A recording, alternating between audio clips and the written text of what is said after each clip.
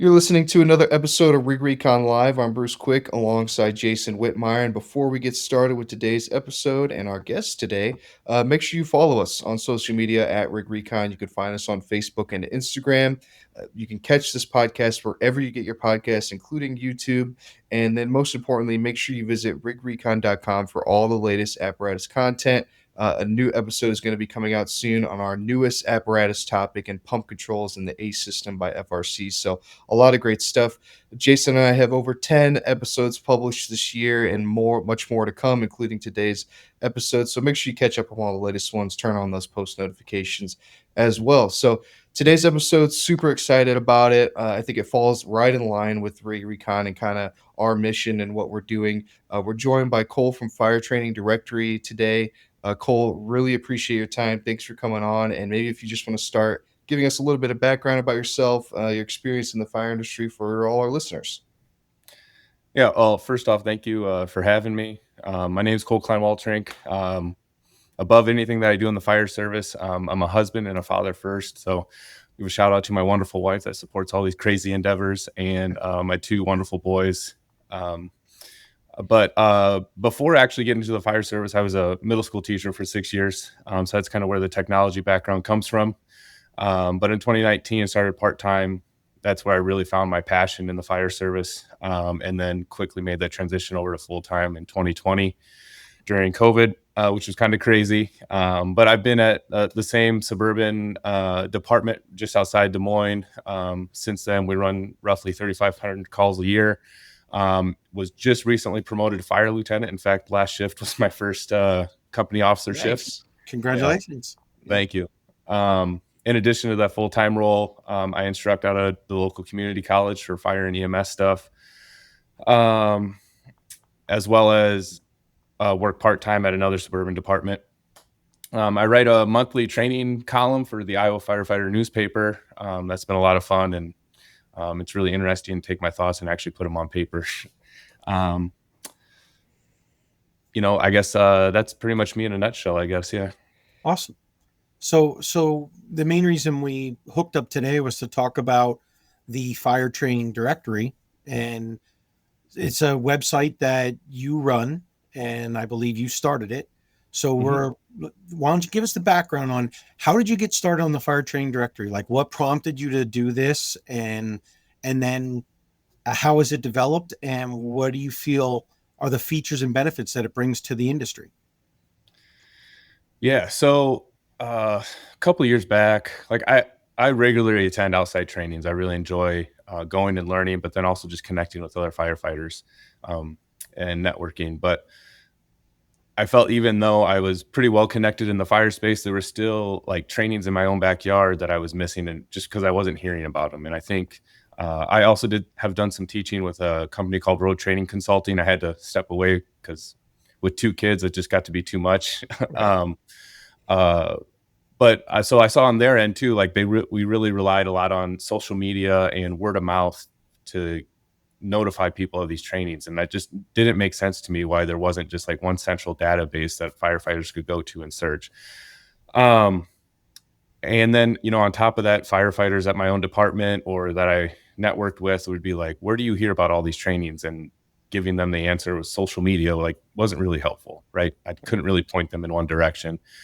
And so I got to work on the Fire Training Directory. It took me a couple months. I was very hesitant to put it out, but it was actually my wife that kind of pushed me. She's like, just do it. So threw it out there January, I think, of this past year. And yeah. No, that's fantastic. And I sort of got introduced to your website, and I think it's a great resource. And one of the things that really stuck out to me was that you do a newsletter feature where people could sign up for a newsletter and they get monthly training opportunities each month. So maybe if you want to sort of talk about that and how it's laid out, and then how people can sign up for that as well. Yeah. So the newspaper or newsletter, basically, it's a condensed version of the whole website. It's just the next 3 months of training. It goes out on the 1st. So actually later today, I'll be putting that together and putting it out in an email blast. To sign up for it, you just there's a tab on the website. You put in your email. It'll get sent directly to you. That being said, if you have a Gmail account and you sign up, check your promotions box. I found that it typically goes there, so you kind of got to let it clear that. But this newsletter, like I said, is very dumbed down. It basically just gives you, it's organized by state, and then within the state, it has the date, the title of the training, and location of the training, and then a hyperlink directly to that training. So basically no fluff. It'll take you right there. Going back to the features of the actual website, though, if I'm going to pull up my flyer just to make sure I cover them all, but Yeah. at the top, you'll see that we have a bunch of filters. You can filter by type of training, hands-on, lecture. You can filter by class or conference.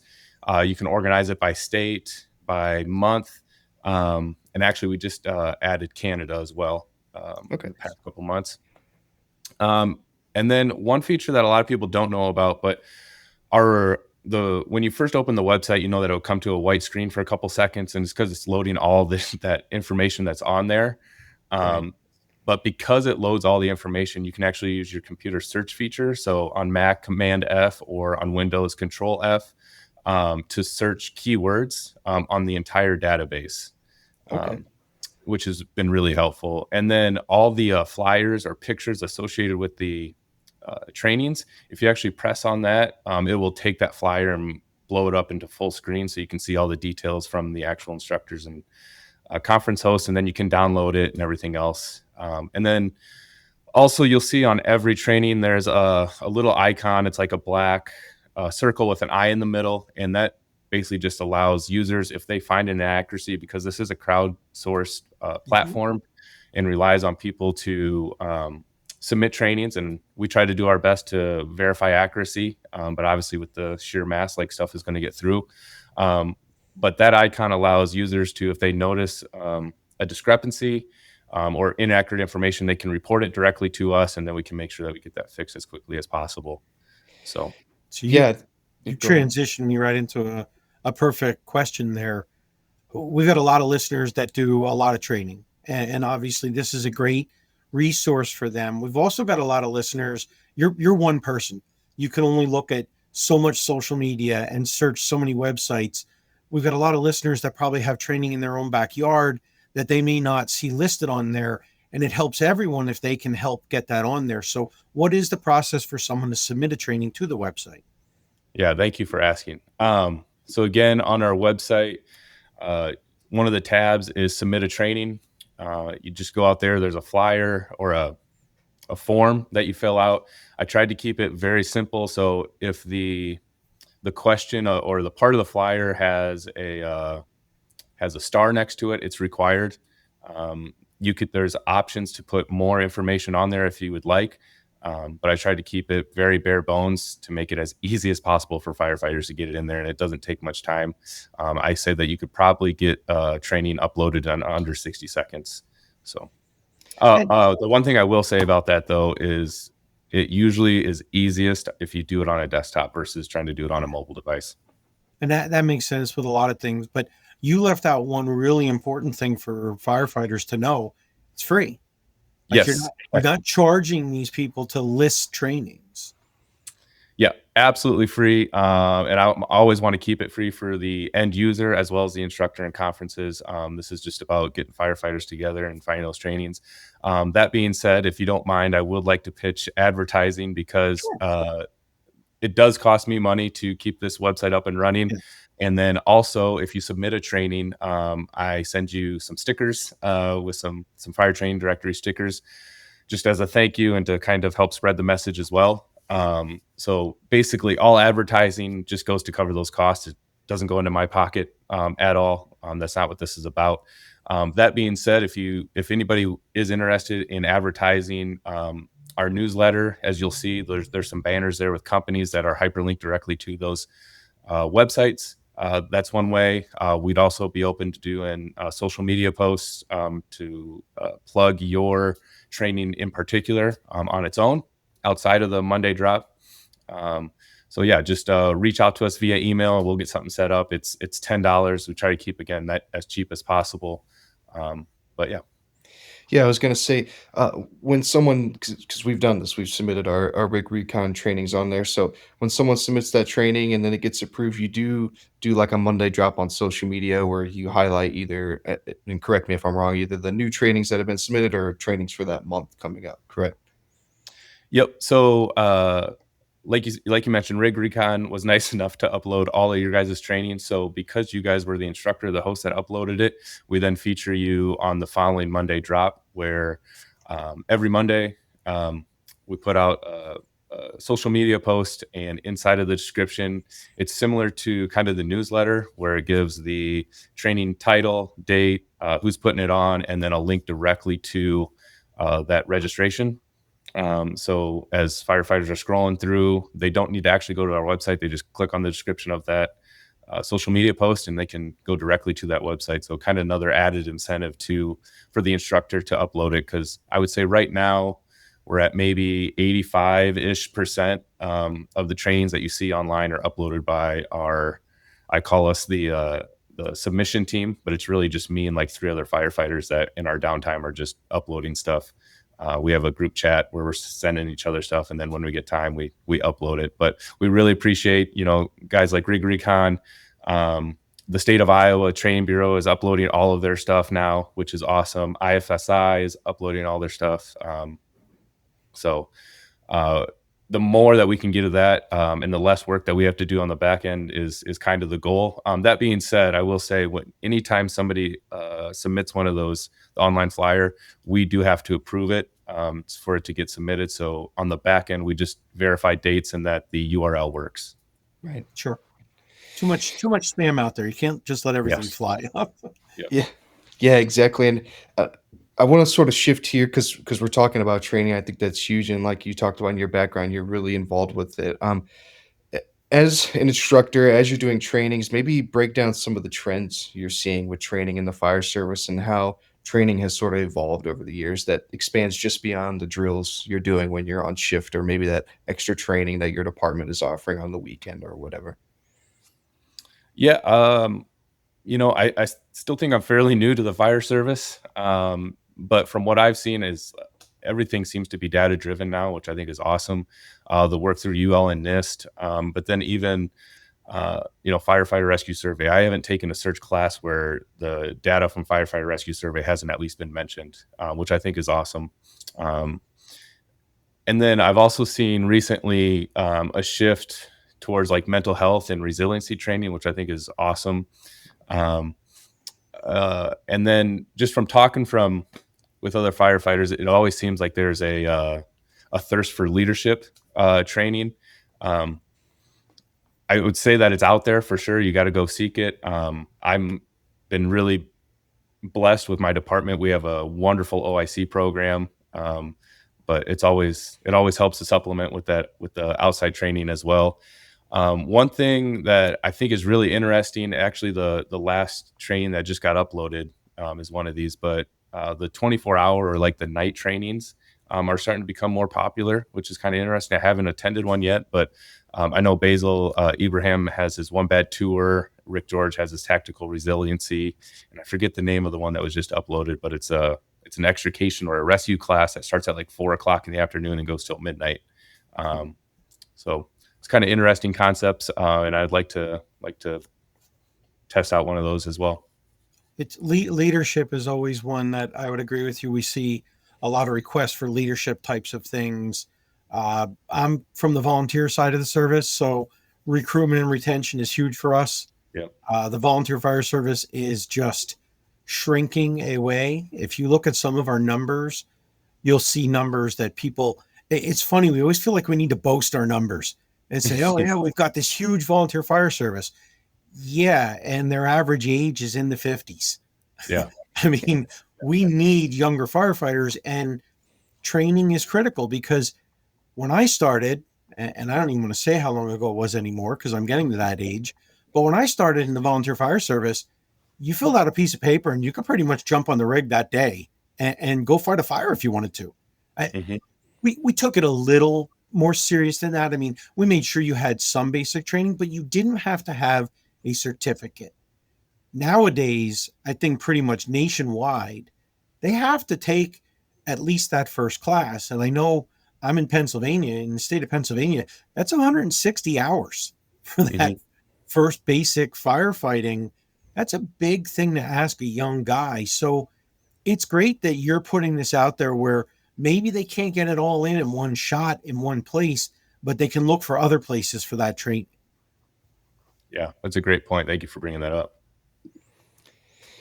Yeah, so you know, I do want to pick your brain on this one, and as you mentioned, sort of newer to the fire service, and as we're talking about training here for young firefighters, are there any like trainings that maybe you've been to that you like personally recommend? Like you got to try this training, or you got to try this instructor, or this class.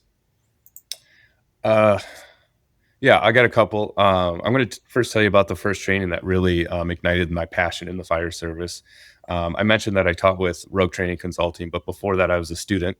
And they in Knoxville, Iowa, the VA campus was getting torn down. So I don't know how many buildings they had there, but basically the fire department invited Rogue to come in and host a training for the weekend, and just gave them the entire campus basically for this training. And man, that really just opened up my eyes to outside training. And man, I was all in after that. Um, What all did you do? Did Was there live fire or just like overhaul and stuff? so no live fire, but it was one day of engine, and then the next day was truck, or vice versa, depending on Yeah, how you signed up. But I mean, we were forcing real doors, we were searching real yeah. buildings, we were VESing through Breaching walls. real Yeah, windows and stuff like that. So yeah. I mean, you do what you can in a training tower, but it's just and that training is great, and you need it, but there's just nothing like an actual structure, right? Correct. Um, and then there's nothing like live fire. That would have been the cherry on top if we could have done that. But That's um, harder to do these days. yeah, yeah. But speaking of live fire, I went to FDTN in Indianapolis, or Fire Department Training Network, and that has been the best live fire training I've ever been to. I hope to go back and take truck one and truck two. Highly encourage anybody to go out there. I think the classes kind of vary in length. The one that I went to was 3 days. It was two stations a day. We did like um, hoarder hoarder conditions, survival, VES, search. Kind of just touched on a bunch of different things, all under real live fire.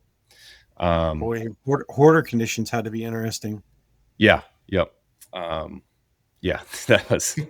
That was a lot of work, but it was a lot of We fun. see that a lot in the Northeast, and it's a very unique situation on how to Mhm. attack a fire in that atmosphere. Yeah.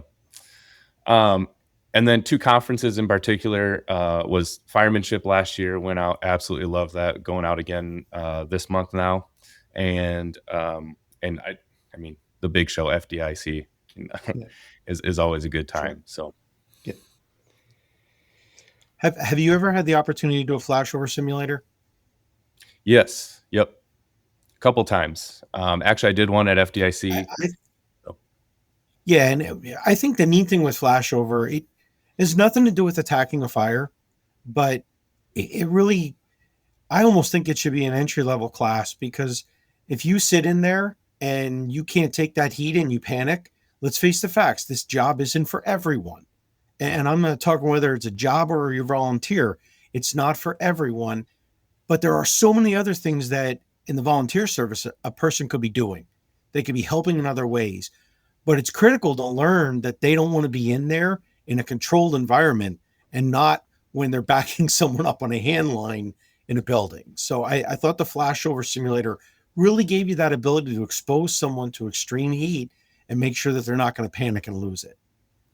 Yeah, and I would say even going on that is you need to understand fire behavior, right? And I don't want the first time I reading it in a book and seeing at 3 a.m. in the morning on an actual fire, like two totally different things. And I don't want the first time where my rookie firefighter, who has the nozzle in our department, at least as the officer, I'll be backing him up, is I don't want the first time him seeing that fire behavior and seeing that rollover at 3 a.m. I want him to recognize that earlier so that we can put water there, right? So, and create safer firefighters and safer fire ground operations. So 100% agree. There's a lot of value in that flashover chamber.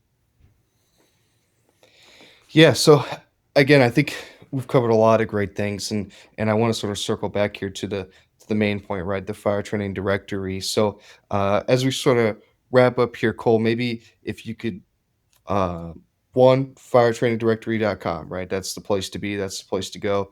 Talk about what social media you're on, how people maybe can get a hold of you if you have questions or want to submit a training, or how that process works. And then also for advertising too, how people should go about doing that. Yeah. Like you said, firetraindirectory.com, firetrain directory on social media. We're on Instagram and Facebook is our big one for sure.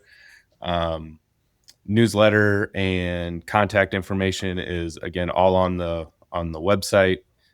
Just remember that our mission is to make the fire service training more accessible and community driven by providing that centralized crowdsourced platform. So right now it's just me and a few firefighters and then a few awesome instructors like yourself adding their stuffs. So please spread the word to training companies that you respect and encourage them to submit their trainings as well, and we can help grow this more nationwide. If you'd like to advertise, again, just reach out via email, and we'll work something out. And yeah, I'd love to see those trainings start getting submitted. Awesome. Yeah, appreciate it. Again, appreciate your time today. And for our listeners, really, you got to check it out. Firetrainingdirectory.com. It's a great resource. Sign up for that newsletter. I think it's huge. And then, like Cole mentioned, for Rig Recon, we post all our webinars that we're doing on there as well.